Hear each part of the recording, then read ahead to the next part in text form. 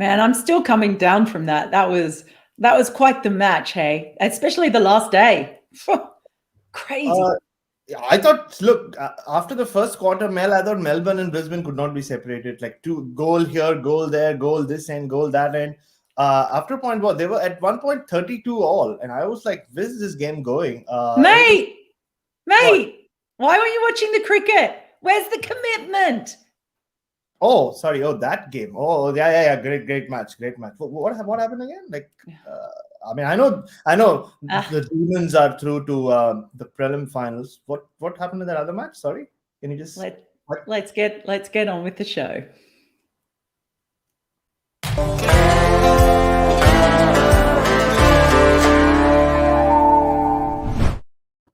Hello, everyone, and welcome to the good, the bad, the ridiculous. Bharat and I here. Ad-free show. I'm like a bit of a. Oh, hang on, gotta go the right way. Got a pretty bit of a Princess Leia vibe. Rebel, a rebel Princess Leia vibe. It's kind of me. I hope you were all recovered from what was. The best way I described the last day, seeing as you weren't watching Bharat, it was very much like being when a roller coaster starts, and you're just kind of going slowly down the track, and then all of a sudden you reach the first drop, and you're like, and you've left your stomach somewhere behind. That's what it was like, Bella. That's basically what happened, Bharat, on the last day. Now, big hello to all of you who've been here. Some of you waiting. Archisman Mishra has been waiting for the live, as has Vibhor Shrivastava. Shrivastava. Vibhor Shrivastava. I hope I say that right. Thank you, Vibhor. There's one from Dheeraj Ragta saying, hello, Mel, hello, and hello to Bharat as well. I just have to give a little shout out to Dheeraj Ragta, who also says, accidentally played video, which was 7 months old, where Bharat was impersonating Ravi Shastri. You've already made my day. Hope you do one today as well. What do you think Ravi Shastri would be saying after that massive loss with collapses galore by India? Well, after Adelaide, he said, wear 36 as a badge. I don't know how many badges we can wear. I don't see him saying, wear 78 all out as a badge. I just don't see that happening. But just looking at Ravi Shastri towards the end of I did watch the highlights. I was at the footy game while the test match was on. I expected the test match to last much longer than the footy match. But, I kept checking my phone and I was like, wow, that's crazy. But no, looking at Ravi Shastri, he looked more disappointed than upset. I think he expected a better fight. I think India knew that the test match was gone, right? I think it was this fantastical ideas for a lot of people that they'll make a match of it and all that. But the match was gone. But I think they expected at least the guys to take it towards the end of day 4. And I don't think anybody's asking them to wear this as a badge. I do like the thought. I do like the thought of having a whole lot of badges with your worst ever innings all the way across. There's one to really inspire confidence in everyone. Let's get on with some nominations, shall we? We've had a few that have been coming in over the past few days. One from Sandy Chinchapur saying, how ridiculously good is Jimmy at 39? Smooth action, sweet swing, just a beautiful art on display. Yeah, I mean, so it's almost every series we have to have a little Jimmy Anderson appreciation section, don't we? Because that longevity is just unbelievable. And it just feels like he keeps learning a few more tricks. I mean, he bowled absolutely beautifully, you have to say. And along with England's other bowlers, it wasn't as though, even when India sort of came back, it wasn't as though they suddenly bowled poorly. It was just in one innings, all of those really fine margins were getting edges and they were being taken. And the other fine margins for a point in time were just not getting the edges. But what I thought was impressive and perhaps part of Jimmy Anderson and Joe Root's experience and confidence was that they didn't panic going into that final day. They didn't change things. They didn't try to chase the wickets too much or chase the game too much. And that, I think there's a fair bit of experience in with Jimmy Anderson in that as well, and that imparting to Joe Root. That was really impressive, the way they did that. But yeah, he's just amazing. He is. And for me, Mel, I knew this test match was going to be different the moment Virat Kohli walked out in the first innings. And you could just see it in Virat Kohli's body language. He was coming there for a fight. Like, it looked like another Ravi Shastri impersonation for you. As tough cricket, hard cricket is what he expected there. It was hard. The cricket was hard, but England just shut up. I don't remember Jimmy Anderson even when he was beating the bat a couple of times before he got him out, stopping and staring or even looking at him. He just turned around and walked away. I think everyone just hands off India this game. Let's focus on the cricket. And like you said, they bowled beautifully to the tail as well in that first innings to polish India off for 78. And then there was very little chance of coming back once the English openers batted well. But for Jimmy Anderson, and the beauty of Jimmy Anderson is most times he just looks so unhappy with what he's doing because he's just a grumpy character on the field. And especially on day 3, you could make out that he wasn't feeling very good about his body. Yeah, I'm sure there was a niggle, and I read yesterday that he has had a niggle, so there is some doubt about him playing the next test, but hopefully he does play. But look, once it's a given, right, in England, you're not going to escape Jimmy Anderson forever. He is going to get you out. And I'm not even talking about the conditions. Like with that Duke's ball, he is going to run through you. So it's just a matter of time. Yes, India chose to bat first, back their openers to do what they have been doing so well in the series. But, you just have to kind of doff your hat to Jimmy Anderson and say, well, you're just Jimmy Anderson. So we are going to get out to you. And it was good for him to then, bowl as well as he did on day 4. But I know we are going to talk about them as well. I think he largely benefited from how well Robinson and Overton bowled as well. Absolutely. I just have to give a quick shout out to Phil's F. Now, just in case you probably haven't seen Phil's F before, Bharat, but he stumbled across the Timed Out show that I've been doing with Lockie McCurdy, and he just kept stumbling across it. And he as there pretty much every time we do it now. And now he has migrated to the real show. Good, bad, ridiculous. Thank you, Phil's F. You're very, very welcome here. Now, let's bring up another nomination. That's like a tongue twister. Mitava, ridiculous. A player of Virat Kohli's status, regarded as an all-time great, getting out in identical fashion test after test. Bad punt, playing awkward shots without looking at match situations, and India's consistency in batting collapses. A bit to unpack there. Yeah, look, it's definitely, when we spoke about Virat Kohli before, I don't know if you saw the analysis piece that Nasser Hussain did on him that was based on some great work by CricViz, and I want to give those guys a shout out because they've sort of done a lot of the looking at things, just about the technical changes that he made between 2014 and 2018, I think. Yeah, 2014 and 2018. And how it sort of slipped back. And that was pretty interesting to me. And I still think there might be something a bit psychological in why he's going back to do that, in that he just wants to get out there and push it. But what really struck me too was watching, I don't know if you've seen on Twitter, the ECB put out at Root's innings, every scoring shot, which was really fascinating to watch, different to highlights.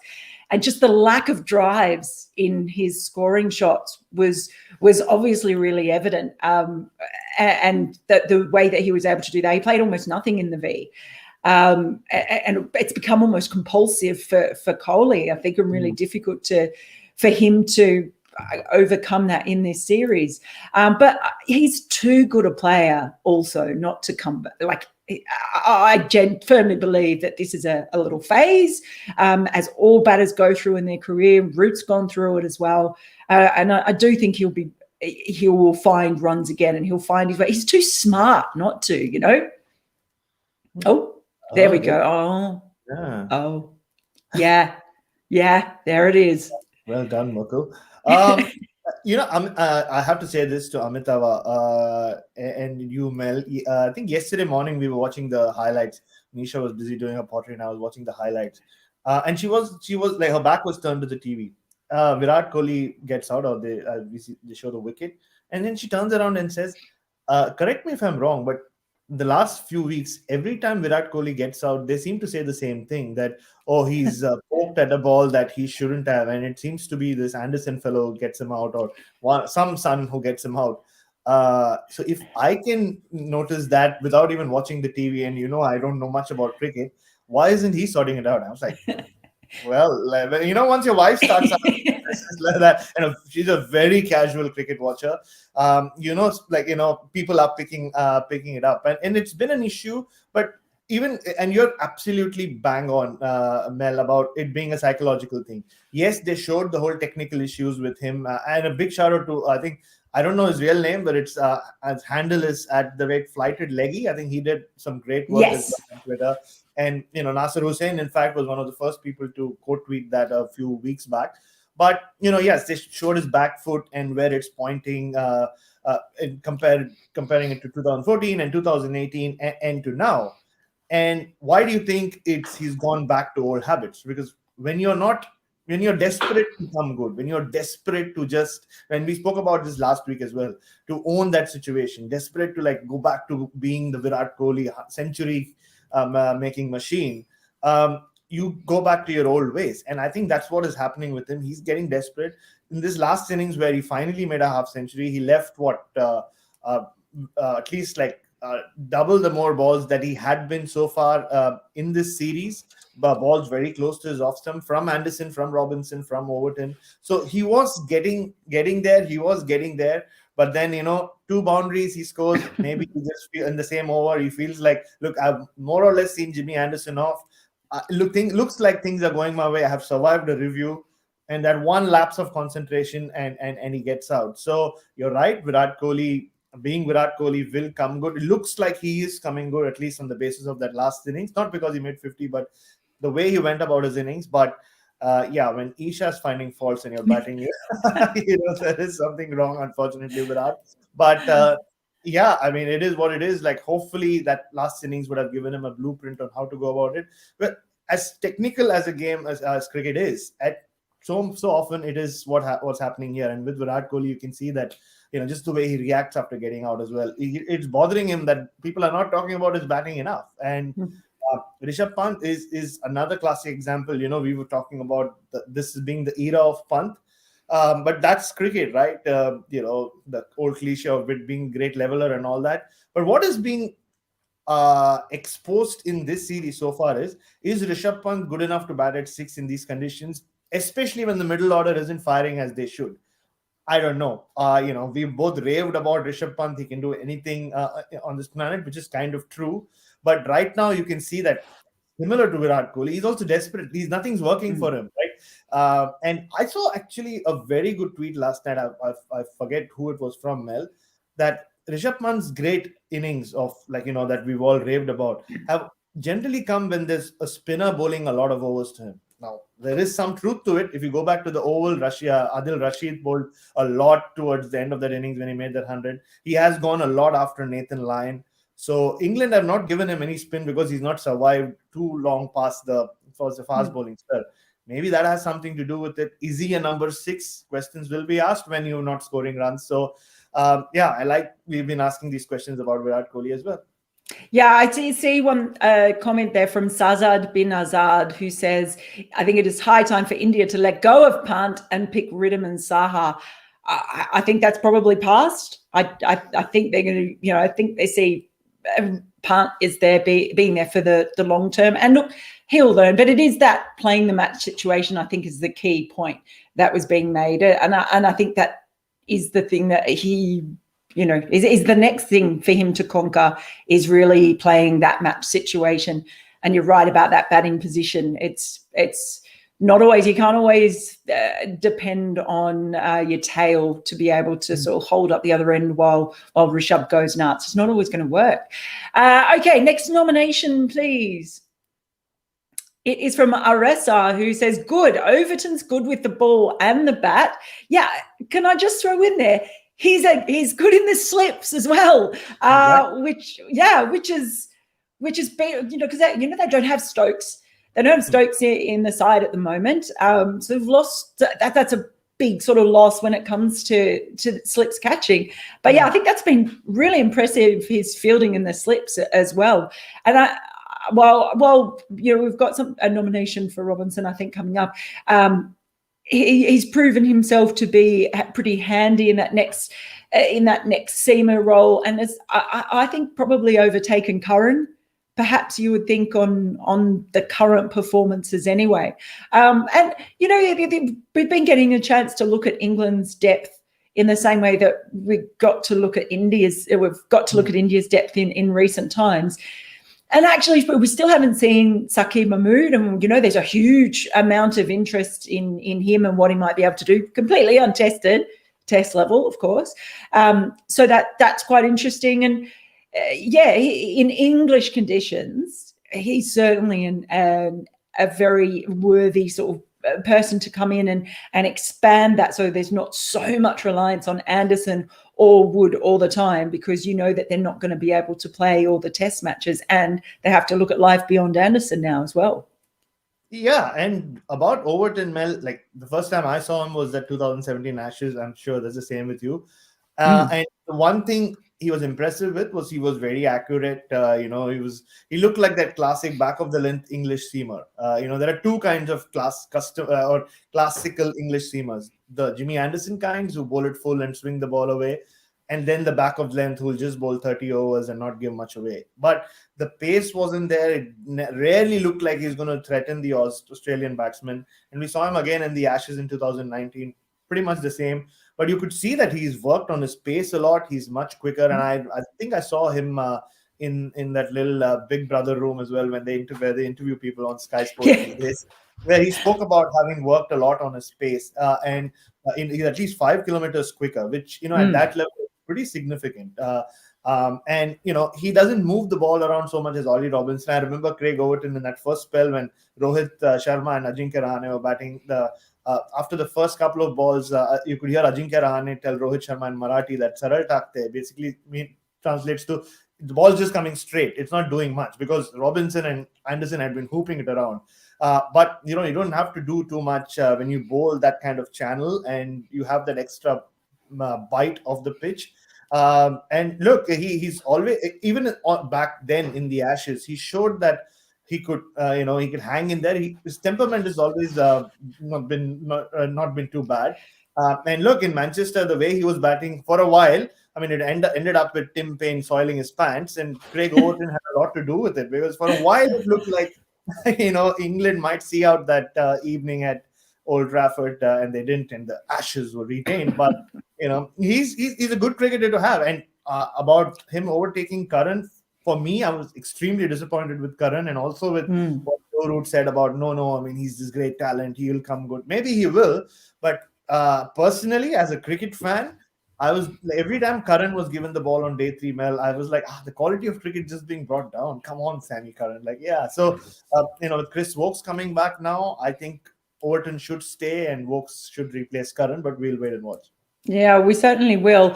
I just have to say hello to DJ, AK online account. He says lovely yellow flowers in the background, just because my mum put them there, as I'm sure you all know. So I just have to, mention that. Time for another nomination.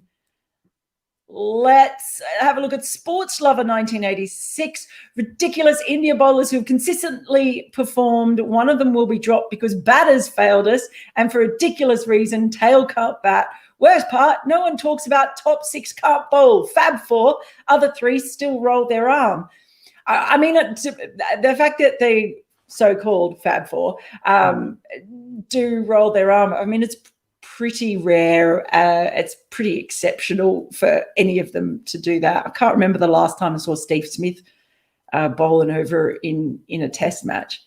I really can't remember that. So I think that's sort of by the by. It's not really that important whether or not they can roll their arm over. It's actually while they're there. It's a thing that happens a bit in cricket, doesn't it? That you end up seeing batters dropped. Or you ended up seeing bowlers dropped and having to strengthen the batting because the batting has been the thing that's weakened. I think that's just something that happens with selection quite often, and it's also partly about, I guess, the balance of the team. that India went with in the start. And it'll be interesting for me in these next two. I think, that the thought of not having Ashwin, the Oval generally has a lot more turn, and they're going to Old Trafford for the last test of the English summer. So by that stage, you expect that turn might play, or spin might play a bigger part in these final two tests, which might, swing things a little bit back India's way. But it's hard to see Ashwin not being there really in these last two tests, especially after that heavier loss. Surely. Sorry. I'm sorry. This is a you live are distracted. show. I am slightly distracted because I just forgot that the cleaners were supposed to come today, and I just saw them through the peek in the gap in the curtains that they are here. So they must be wondering where I am. The dog's roaming around. So if they do walk into the room, you can say hello. I'm sure the chairman and his wife will be here any moment. But you're absolutely right. It's about hey, actually, Mel, can you just continue for a second? I'll just continue. I'll be back in a second. Yeah. Oh my gosh, I can't believe he's doing this. Now this show is live. That's it. We'll just kick Bharat off for a bit. So I'll say hello to a few people here. Ram, should we drop Pant? Think of an answer to that. No, don't think he will. Ranjit Thorat says, bad. Why is Jos Buttler still in the team while players like Folk sit out? Well, Jos Buttler's actually going to sit out the next couple of games. He's about to have a baby, which is wonderful, wonderful news. So you can imagine wanting to be at home for such a life-changing event. But I do note that a few of the English journalists have kind of said, look, maybe we might have seen the last of Jos Buttler in test whites. It might have been his last test for England. And, maybe they could be right. It's not like he is absolutely in every way, shape or form cemented his place as the best test option. He's almost transformed white ball cricket in so many ways, and he's a really special white ball player. So it doesn't necessarily have to be a bad thing. I guess if it's his last test, he can just be, allowed to pursue white ball cricket in a different way. So look, we'll just see. But I guess those who are there and are closer to the team at the moment do suspect it might be his last match anyway. So maybe we will see folks back in. And in the meantime, perhaps Johnny Bairstow, he takes the gloves for now, but going forward, who will know? I see a comment there from Akshit saying, bad, Bharat not taking the best cricket show seriously. Think that that might be a very important one. Oh, there he is. Yeah. Sorry, your ear's burning. I know. So what did I miss? You missed someone saying that it was bad that you weren't taking the best cricket show seriously. Sorry, Akshit. I think it's more a case of me not taking my domestic duties more seriously. I should have been on top of it, but I'm here. So let's go back to where we were with the whole Ashwin situation. Can we go back or should we move on? I think we should move on. I think we've spoken about it, haven't we? Let's move on. Let's see. Well, let's see what's coming up. Oh, there we go. Banger boy, good. Robinson's over the wicket plan to Pant all series to keep him quiet. Without Pant's fireworks, England must be thrilled. I think they'll be thrilled that the series is 1-1 and there's 2 tests left to play more than anything. Look, just generally, Robinson, bowling-wise, to have 2 fifers in his first summer playing for England, and just the way he bowls, and, a number of the interviews and the things that he said have been very interesting to me from a cricket point of view. Just the fact that he seems to be a sponge. He's certainly picking Jimmy Anderson's brains a lot. There are a lot of comparisons being thrown around to Glenn McGrath and Josh Hazlewood, and you can understand why that sort of mould of a bowler. He doesn't have quite the pace though, which might be interesting if he comes out to Australia. I'm not mentioning the A word, but just looking at, I'm just saying it because of those comparisons with McGrath and Hazlewood. So obviously they're Australian. So that's an interesting subplot, could be an interesting subplot of the summer. But yeah, look, it's really impressive. Some of the balls that he's bowled have just been absolutely brilliant. The way it can nip off either way with that wobble seam, he looks like the real package and coming along at a really timely moment for England. Very much so. And I mean, he impressed. He was his Test debut was marred with non-cricket issues, as we well know, but he bowled beautifully in that Test as well, taking 7 wickets on debut, and he looked like he belonged at this level, and he was getting good guys out. He got Ross Taylor out, got Kane Williamson out, and yeah, you see he's got a lot of top batsmen out already across the 2 top Test teams in the world now, India and New Zealand, and I was thinking about it on day 3, Mel. The number of times he hit the pads. Yes, he's tall, so the bounce didn't help him get someone LBW. But when you see a bowler go through someone's defenses, or like top quality batsman's defenses as often as he was, it tells you a lot about how he's bowling, how he's using the crease as well. And look, I mean, people have compared him with Glenn McGrath and Hazelwood. Yes.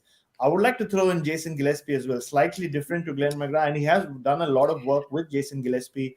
I think it's Sussex a few years ago. So Jason Gillespie, not for the first time, has helped. Did I just say that wrong? Yeah, I did. No, I just thought you said something about sex. I did. I realized you were saying Sussex. Of the Sussex, yeah. Sorry. Something about sex and Jason Gillespie. I'm like, whoa! I missed that story. Well, maybe they did. I have no idea, but it hasn't come out yet. But I think there is a lot going with Robinson. People are already talking him up as being a big force in Australia later on in the year. I messaged our good friend Ben Jones. I said, he seems to have the great recipe now. He seems to have like the perfect recipe of success in Australia. But let's wait and watch once he comes. There have been others as well. Remember when England landed with those tall guys, Rankin and everyone else, who looked equally impressive before they came here. So, no, are you still thinking about Jason Gillespie and Ollie Robinson, Mel? I think you are. Sorry. The interesting thing with him being tall and with that steepling bounce as well, when he hits the pads, the only thing is a lot of those calls end up being just missing over the stumps even though he's bowling a fuller length. So that's quite interesting to me in how he sort of adjusts that. But at the same time, I mean, if you're hitting the pads anyway, if they're not actually hitting the stumps, if you're hitting the batter's pads, you ain't going to worry too much, are you? Let's put it that way. Time for another nomination. SW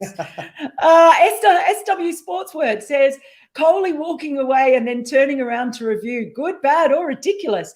Well, it does do something, when people say, batters always know when they've hit the ball. They always know. They know. Well, he didn't know, clearly. He's generally, he's very confident. He's not shy of reviewing, is he? And perhaps it says something about his own confidence in his own form that he didn't review. But hey, Rahane, he's made up for the run out in Adelaide, hasn't he? There he is walking away. And it goes to show the experience. I know Rahane is getting a lot of stick at the moment, but it could have been a really, really key moment in that match. In the end, it probably wasn't so key because he didn't make that many more runs. But it was good work by Rahane, really. Yeah, it really was. And, you often hear about umpires giving a batsman out for playing a bad shot, and it happens. Like, you see a batsman play a bad shot. At times, you involuntarily give them out if it's a loud enough appeal. And this was Virat Kohli kind of giving himself out for having made a mistake, which, he was trying so desperately not to make throughout that series, as we said earlier, leaving so many balls. But once he played at that, it almost was like, I made that mistake, I must be out. I think his thoughts were clouded at that point. But good on Rahane. He is pretty calm, except that one moment of madness in Adelaide.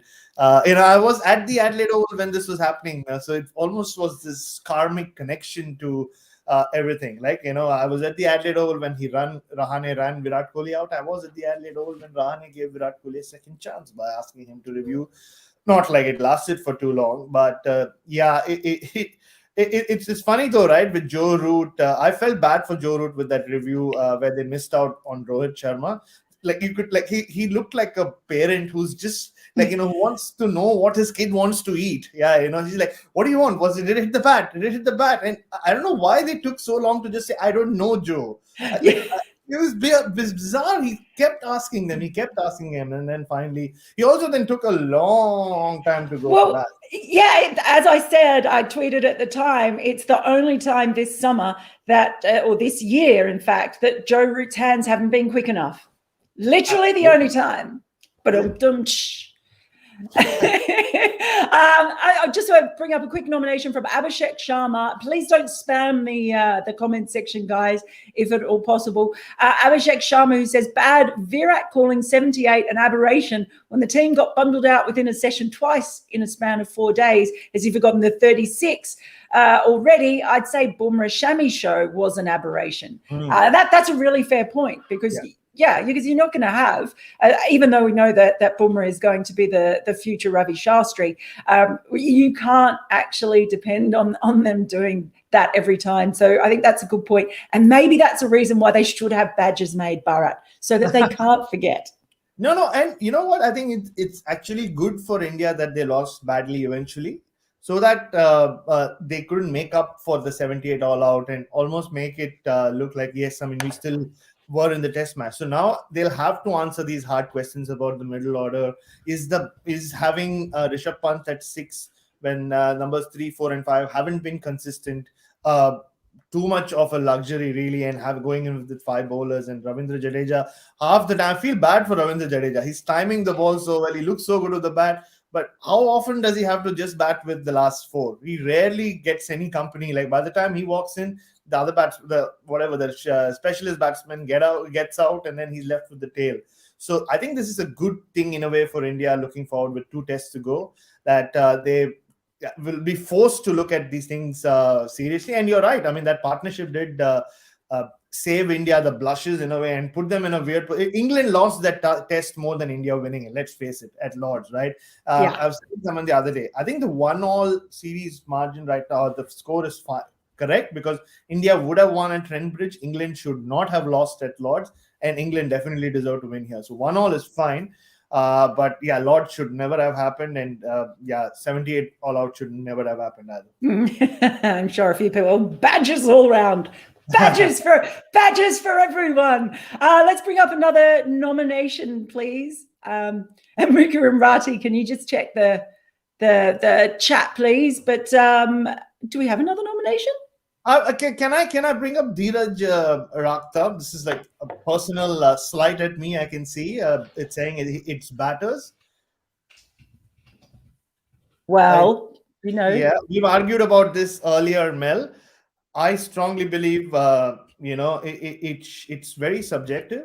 I still think if a man is batting, it's a batsman. If you catch me saying batsman when you're talking about women's cricket, then maybe, I am at fault. I think Cricinfo have decided to go with batters. Good luck to them. But I don't think just because someone doesn't say batters, because this is the world we live in right now, right? Like, somebody decides something and you don't stick to it, suddenly you're the villain. So I'm not saying Dheeraj is saying that. He was also the one who wanted me to do my Ravi Shastri impersonation. But just it's fine, Dheeraj, to go with whatever. I still think just because someone has decided batters is right doesn't make batsmen wrong. It's a choice. Mine will go with batters. When you're talking about men's cricket or women's cricket, I'll stick to batsmen for now. When we talk about women's cricket, I'll talk batters or whatever you want me to say. Okay. Just clearing the air. Clearing the air. Well, look, we've gone through a lot of things. Thanks to everybody who's been on here. And we've had a load of nominations coming through from everywhere, which is wonderful. But the time has come for the goodest thing of the day.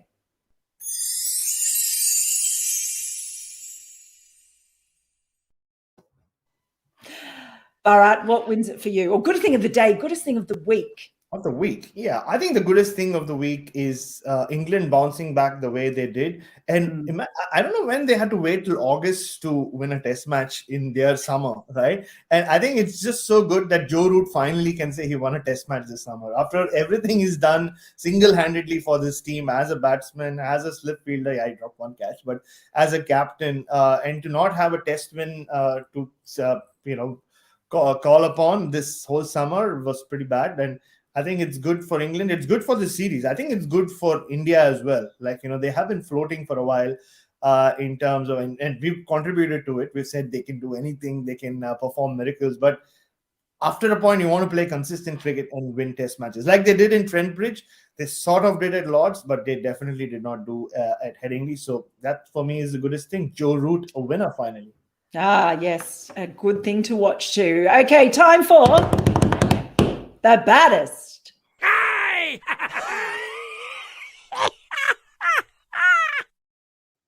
I need to get a devil mask. I know. Before we go on, Mel, I have to say this. I just found this ironic. Maybe some might not. But when I went for the footy game in Melbourne, the Melbourne Demons were playing Brisbane Lions. So on the Adelaide Oval scoreboard, they had this whole "Give them hell" on it. I think it's a slogan for the Melbourne Demons. I wasn't aware of that. But the irony was, what do you see when you see the Adelaide Oval scoreboard? Right behind us is St. The church. Cathedral. Yeah, exactly. So give them hell and the church right there. I don't know. I found it pretty ironic. I didn't tweet it out because I don't get into these religious debates, but it was just an observation. But I think the baddest thing was, and I can see G. Paul also bring it up, about how I like that. Javo gets to come in the middle twice, but Ashwin doesn't. Yes, firstly, the Javo thing, I think it's pretty ridiculous. I don't think it's funny at all. And it's actually risky when you have... And what's the first thing that you heard Bairstow and Joe Root shout out from the slip region? Like the pitch. Like, as an umpire, I'm not an international umpire. Half the time you spend watching the players not like encroach on the pitch and you have your eyes on that. And now suddenly you have some idiot walking out. I know it's a ha-ha thing for Twitter, but I don't know what the security is doing. I know he's done it in a lot of venues across, sport and I think non-sport. I was reading somewhere in an article, but it's not good. I don't think it was funny the first time. It's definitely not funny. Like, you cannot, because what you're going to do, you're going to encourage others, and not just in England, around the world, because, we live in a world like that where instant fame is not too difficult to achieve. So I found it pretty bad, but it's also interesting that it's taken Ashwin. I am pretty confident that he's going to play at the Oval, not just because Jadeja might have an injury, as we learned, but I think that the time has come. Ashwin is going to play. The last time he played at the Oval, which is just 3 weeks back, I think, or 4 weeks back for Surrey, he took 10 wickets. He took a 6-fer. So I think he loves bowling at the Oval, at least. That's the last time he bowled with a red ball. So that should come back. But for me, I'm not a big Javo fan, Mel. I don't know where you sit with this, but no, I'm with you. I mean, pitch invasions are not my favorite thing anyway, for all of those security reasons. I don't know, maybe I'm just a killjoy, but I think even people who found it amusing the first time didn't find it so amusing the second time, and it just becomes then a real question of security. It really does, and if it's making players uncomfortable as well, that's even worse. So hopefully we've seen the end of Javo. That's what I think. Okay, time for the ridiculousest.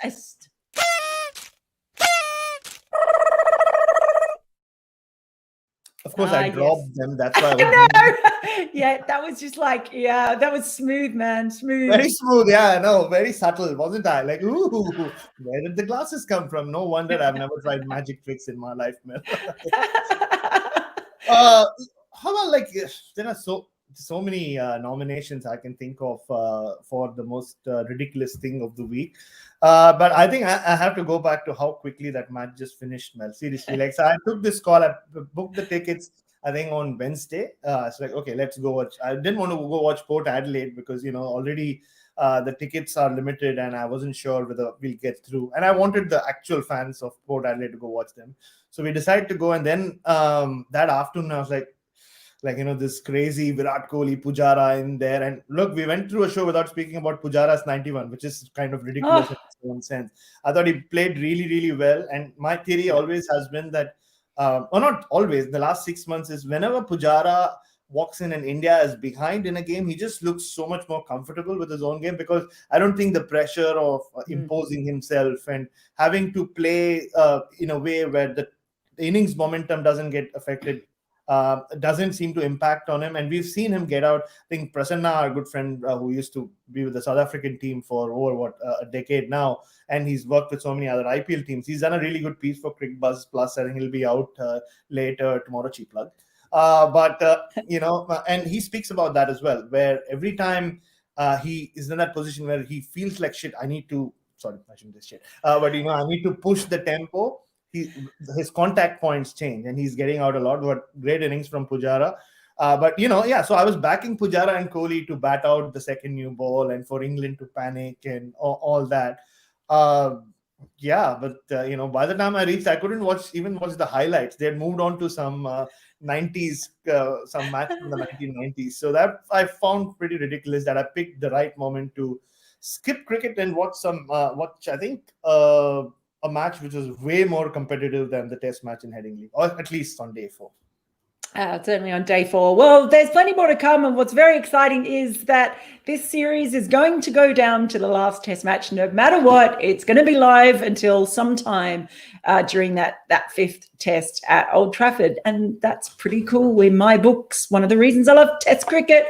And we hope that you will be back to join us too. Don't forget, if you want to get in the show, do drop us a tweet on Twitter with the hashtag good, bad, ridiculous. Doesn't matter what it is, throw it in there.